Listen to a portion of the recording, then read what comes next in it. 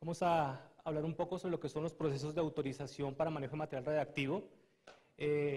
Como lo acabamos de ver en las presentaciones previas, estamos hablando, cuando hablamos de medicina nuclear, estamos hablando de una práctica en la cual debemos cumplir con algunos estándares que actualmente están contemplados en la resolución 90874, básicamente registro dado que nuestras instalaciones son categoría 4, y adicionalmente para algunas instalaciones como PET-CT o radiofarmacia podemos requerir algunos procesos de notificación o de trámite de licencias de importación o de transporte cuando requerimos el uso de algunos isótopos radiactivos que sean categoría 4 o una categoría inferior. Por otra parte, si bien la resolución 90031 está enmarcada para el uso de equipos generadores de rayos X, en la misma está contemplado también que el equipamiento o los servicios de medicina nuclear deben contar con licencia para manejo de radiaciones ionizantes expedida por la Secretaría Local de Salud.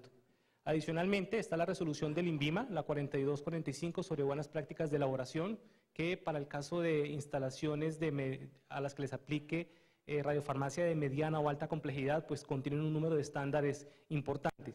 Y finalmente, la resolución 2003 del 2014 sobre inscripciones y habilitación de servicios que prestan o se dedican a prácticas de medicina nuclear. Importante, básicamente, si estamos hablando de una instalación que maneja un generador en particular, solamente podría iniciar operaciones cuando cuente con las autorizaciones expedidas por el geológico, cuente también con las certificaciones por parte del INVIMA, aunque ahora sabemos que tenemos un plazo adicional para cumplir con el lleno de la norma, y adicionalmente con la autorización de la Secretaría de Salud para operación de equipos generadores de radiaciones ionizantes. Bien, hablando un poco más sobre lo que es el uso del material radiactivo, en esta diapositiva, pues básicamente estamos mostrando el historial de mes a mes, el número de instalaciones que deben presentarse a registro. Como pueden evidenciar, básicamente para julio del 2018 tendríamos prácticamente todas las instalaciones, habrían radicado la solicitud evidentemente con el cumplimiento de los requisitos que estén establecidos en esta norma.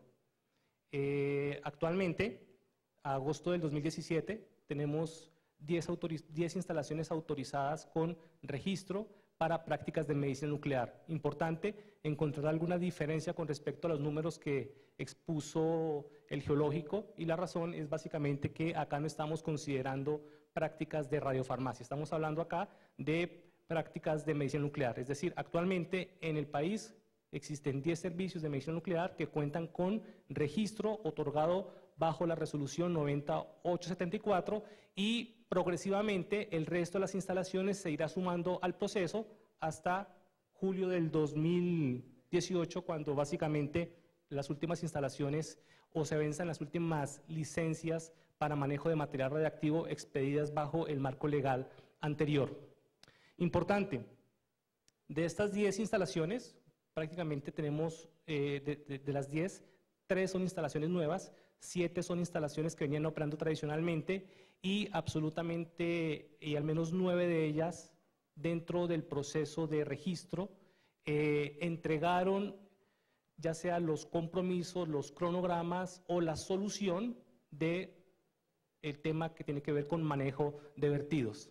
Conclusión, para aquellos que estamos en la tarea de tener que solicitar una autorización, debemos abordar y tomar la iniciativa para resolver el problema de los sistemas de gestión de vertidos. Así que cuando presentamos la solicitud habrá que entregar los soportes de por qué no lo requerimos, y si no logramos tener los soportes de por qué no se requiere, la sustentación de por qué no se necesita, habrá que entregar la solución. Bien, pensar de pronto lo que hemos identificado de las mayores dificultades que hemos tenido es básicamente que pronto eluimos el tema, hacemos una erradicación sin abordar el problema, y evidentemente la respuesta por parte de la autoridad regulatoria es el requerimiento de o el soporte de por qué no lo va a utilizar, o qué qué piensa o cuál va a ser la solución que se va a implementar. En la charla anterior, el doctor Ríos hablaba sobre un conjunto de cambios. Para que tengan una idea, mal contadas, desde el Congreso en Santa Marta hasta el día de hoy, hemos asistido aproximadamente a unas 20 reuniones en el Ministerio de Minas y Energía, alrededor de 12 reuniones en el Geológico, con el propósito de conseguir algunos cambios que igual deseo nuevamente ilustrar. El primero de ellos, del cual fueron beneficiadas todas las instalaciones, es la prórroga de las autorizaciones. Si ustedes revisan en sus documentos, normalmente las licencias tienen fechas de vencimiento del 2016, 2017, aún están operativas, dado que a todas se les concedió un año de prórroga sumado a partir de la fecha del vencimiento. Segundo, se logró la modificación de la resolución de vertidos para hacer menos exigentes los valores que estaban consignados allí, lo cual ha tenido un impacto muy importante en las inversiones que deben realizar aquellas instalaciones que requieran sistemas para gestión de estos desechos. Y en tercera instancia, con la modificación de la resolución 9874, básicamente el trámite de licencia, diseño y construcción se declaró no procedente para prácticas de medicina nuclear, siempre y cuando estén dentro de categorías 3 y 4. Allí básicamente vamos a encontrar todas las instalaciones. Y en última instancia, pues lo que mencionamos anteriormente, y fue el plazo adicional que nos concedió el Ministerio de Salud en cuanto al cumplimiento del lleno de requisitos por parte del INVIMA. Hablando un poco de lo que es el proceso de registro, esta gráfica nos ilustra que el número de instalaciones que debe afrontar el proceso de revalidación de su autorización es muy representativo, ¿cierto? Y allí debemos abordar una estrategia con la cual podamos garantizar que la instalación pueda seguir operando. En primera instancia, la erradicación de esta documentación debe realizarse en una ventana no inferior a 5 días hábiles previo al vencimiento. Evidentemente no es adecuado utilizar el límite de la ventana de tiempo, pero el plazo máximo sería 5 días antes del vencimiento, y como condición inicial, con la erradicación se obtiene una prórroga de la autorización, o lo que se entiende como una extensión de la licencia hasta que termine el proceso. ¿Cuándo termina el proceso? El proceso termina cuando hay una ratificación de negación sin que pueda procederse con un recurso de reposición. Es decir, dentro del proceso de registro pueden existir muchas etapas intermedias en las cuales la institución es notificada mediante autos, autos de pruebas, inclusive una negación, pero el proceso se considera finalizado cuando hay un auto de ratificación de negación ante el cual no procede un recurso de reposición. Esa es básicamente una instancia final. En los tiempos que estamos manejando actualmente, estamos hablando de ventanas de aproximadamente 12 a 18 meses. Muy seguramente esos tiempos se van a ir reduciendo, pero es lo que tenemos en la actualidad. Experiencia de la asistencia que hemos prestado a los servicios a través de la asociación. En primera instancia, si queremos tener un proceso exitoso, hay al menos dos variables o dos lujos que no nos podemos permitir. Primero, improvisar. La improvisación, y lo hemos vivido a veces, lamentablemente, por limitaciones económicas o administrativas, no se prepara la documentación con suficiente anticipación y nos lleva a documentación que es contradictoria.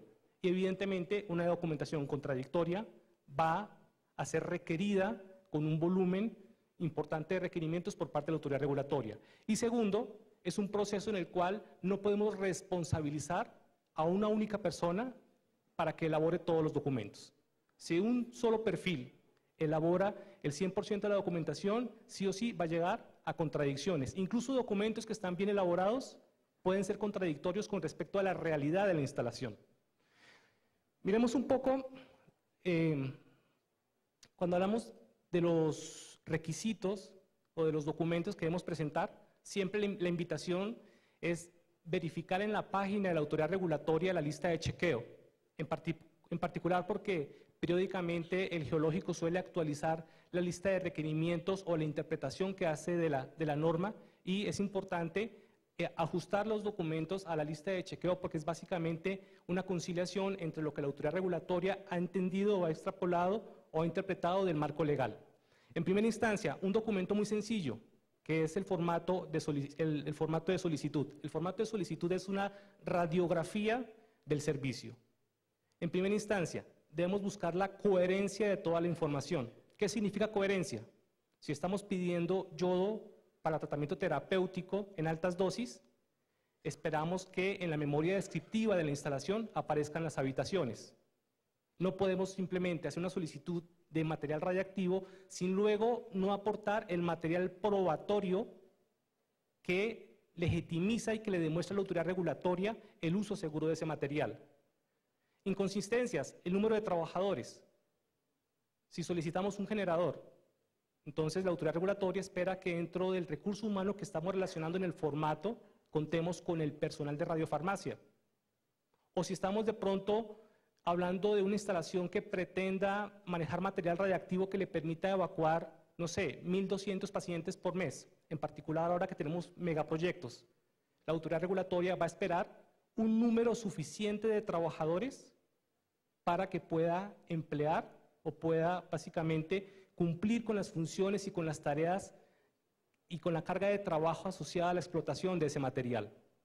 La instrumentación, el equipamiento. Nuevamente la autoridad regulatoria espera que la cantidad de dispositivos o de equipos, detectores de radiación que estamos aportando o que estamos relacionando en el formato de solicitud esté acorde a la cantidad de material que estamos solicitando.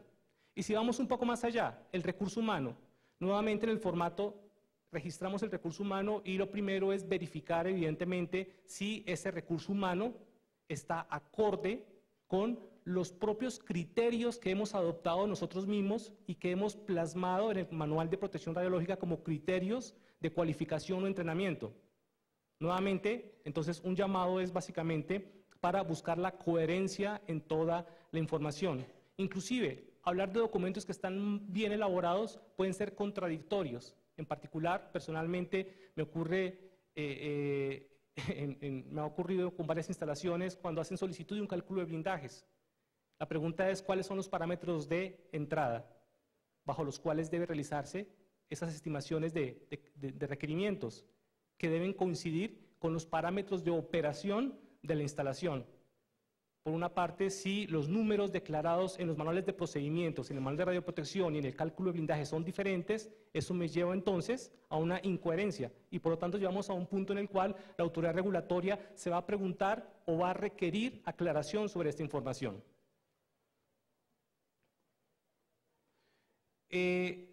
Uno de los aspectos más importantes que nos ha traído la resolución es que requerimos la entrega de una memoria descriptiva de la instalación y allí básicamente lo que la autoridad regulatoria está solicitando, debemos recordar, son algunos planos arquitectónicos de la instalación, de clasificación de áreas, de puntos de monitoreo y no debemos ser tercos, están pidiendo planos.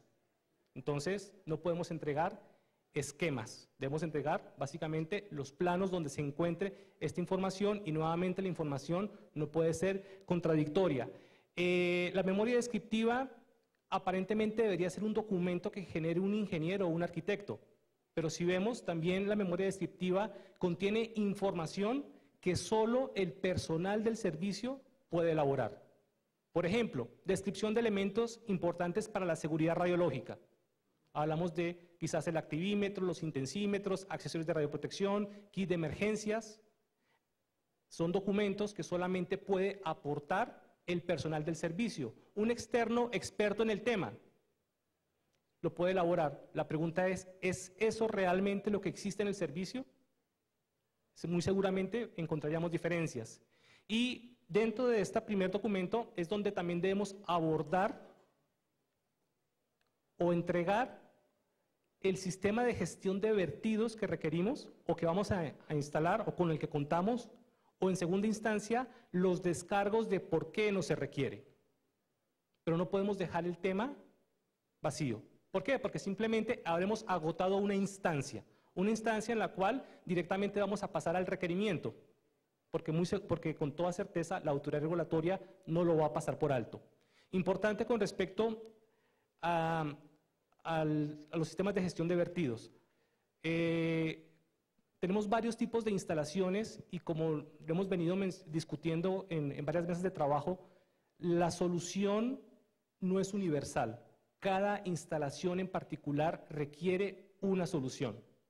Por ejemplo, si tenemos una instalación que maneja un PET-CT, que solamente maneja flúor, es diferente si está operando en un servicio diagnóstico ambulatorio o opera en un hospital. ¿A qué me refiero? Cuando revisamos la modificación de la resolución 18005, encontramos que para el flúor solamente aplica un límite que corresponde a una concentración. Si corresponde a una concentración, muy seguramente una instalación de PET o un servicio con este equipo que está instalado en un hospital universitario que produce una descarga diaria de alrededor de 100.000 a 450.000 litros, muy seguramente podrá demostrar el cumplimiento de estos niveles de dispensa en términos de concentración. Pero si tenemos un servicio PET-CT que de repente está en una instalación que es tipo diagnóstico ambulatorio, que no está ligada a una clínica, es muy diferente porque muy seguramente el volumen de descarga por día corresponde a un número de litros muy bajo. Entonces tenemos dos instalaciones con dos soluciones diferentes. Importante, cuando hablamos de Tecnesio, igualmente hay diferencias.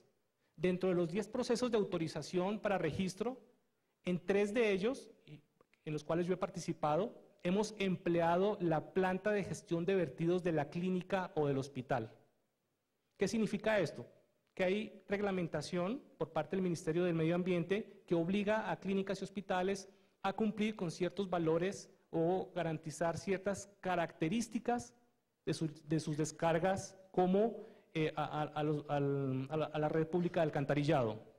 Entonces la pregunta es, ¿el sistema de gestión de vertidos convencional u ordinario me resuelve el problema o lo puedo utilizar como justificación para la solución o para demostrar el cumplimiento de los límites de descarga para Tecnesio? La respuesta es, al menos en 3 de las instalaciones que cuentan actualmente con autorización, lo hemos conseguido. Es decir, han sido instalaciones que fácilmente han logrado responder o emplear su planta ordinaria para demostrar que es suficiente también para el cumplimiento de los límites de descarga respecto al Tecnesio. Nuevamente aparecerán otros servicios que están en mayor desventaja, que corresponden a los servicios diagnósticos ambulatorios, es decir, que no están dentro de un hospital, dentro de una clínica y que muy seguramente no disponen de ningún tipo de planta de tratamiento y que muy seguramente tengan que buscar alguna solución para demostrar el cumplimiento de los valores consagrados en la norma. Y finalmente, el yodo que indiscutiblemente nos lleva muy seguramente a la implementación de un sistema, básicamente debido a las grandes cantidades de material que se pueden descargar y adicionalmente pues el problema que todos conocemos que tiene que ver con su tiempo de vida media. Pero allí el mensaje nuevamente es cada instalación, de acuerdo a sus características, muy seguramente podrá buscar una solución distinta. Inclusive si estamos hablando, por ejemplo, de un servicio de diagnóstico en el cual es especializado en cardiología. ¿Por qué? Básicamente porque la forma en la cual se metaboliza y se producen las descargas de los radioisótopos empleados para perfusiones o para estudios de corazón es muy diferente a la forma en la cual o al tránsito de otro tipo de radiofármacos, como por ejemplo los que se emplean para gamografías óseas. Entonces serán variables a tener en cuenta para responder a la autoridad regulatoria sobre el cumplimiento de esta variable. Posteriormente, dentro de la solicitud pues aparecen otros documentos.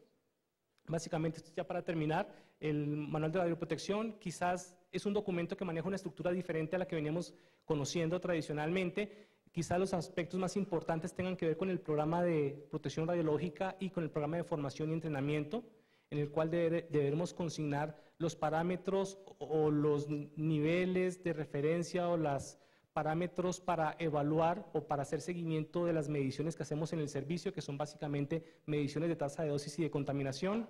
E igualmente, el capítulo 4, que tiene que ver con la formación y entrenamiento que vamos a brindar al recurso humano registrado en la licencia. Finalmente, la evaluación de seguridad, los requisitos básicos o los elementos básicos que debe contener, tiene que ver con escenarios potenciales normales asociados a la práctica, magnitudes previstas de las exposiciones y la evaluación de la calidad y amplitudes de las disposiciones en materia de protección radiológica. Como lo decía el doctor Ríos, hace aproximadamente unos meses logramos concertar inclusive con la autoridad regulatoria la pertinencia o no de este documento para la práctica. Inclusive logramos concertar con el geológico y con la dirección de esa institución, proponer al ministerio eliminarlo de la lista de chequeo, pero el grupo técnico del ministerio no aceptó la propuesta final. Sin embargo, es importante precisar que actualmente tenemos varios canales de comunicación abiertos con los entes de control y que es muy importante darle continuidad. Hablé hace un momento sobre los cambios que hemos logrado conseguir y esperamos poder conseguir algunos otros modificaciones en cuanto modificaciones en el marco legal que permitan hacer más dinámico el servicio de la apertura de servicios de medición nuclear. Uno de los aspectos que de pronto más nos preocupa cuando hablamos de las 10 instalaciones nuevas que han operado, tan solo 3 de ellas son nuevas y de esas 3, 2 de ellas iniciaron el proyecto en el 2014. Conclusión, aproximadamente 3 años para poder iniciar atención de pacientes. Es algo que queremos cambiar. Actualmente existen canales de comunicación que queremos seguir explotando con la autoridad regulatoria para lograr que sea un proceso más dinámico. Y para finalizar, aparecen otros documentos que también van a ser solicitados dentro del proceso de registro, como son el plan de emergencias radiológicas, el manual de procedimientos y el plan de gestión de fuentes selladas, si es que hemos declarado el uso de fuentes selladas en la instalación. Acá nuevamente aparece otro documento muy importante que es el manual de procedimientos, que suele ser también muy ligado con la evaluación de seguridad, básicamente porque si en la evaluación de seguridad yo hablo de enclavamientos, si en la evaluación de seguridad yo defino procedimientos, pues lo lógico es esperar que en el manual de procedimientos estén descritos. No puedo buscar a un experto externo para que me ayude en la elaboración de una evaluación de seguridad en la cual se conciertan que van a existir un conjunto de condiciones o de barreras en la instalación que luego no se vean reflejadas en el resto de la documentación, que no se vean reflejadas en la memoria descriptiva o que no se vean reflejadas en el manual de procedimientos, porque nuevamente llevamos a un punto en el cual generamos una inconsistencia en la información que estamos entregando a la autoridad regulatoria y por lo tanto son procesos que suelen ser mucho más difíciles de llevar y que inclusive pueden amenazar con la parada del servicio en el caso de recibirse un auto de notificación o de ratificación de negación. Bien, bueno, muchas gracias por su atención.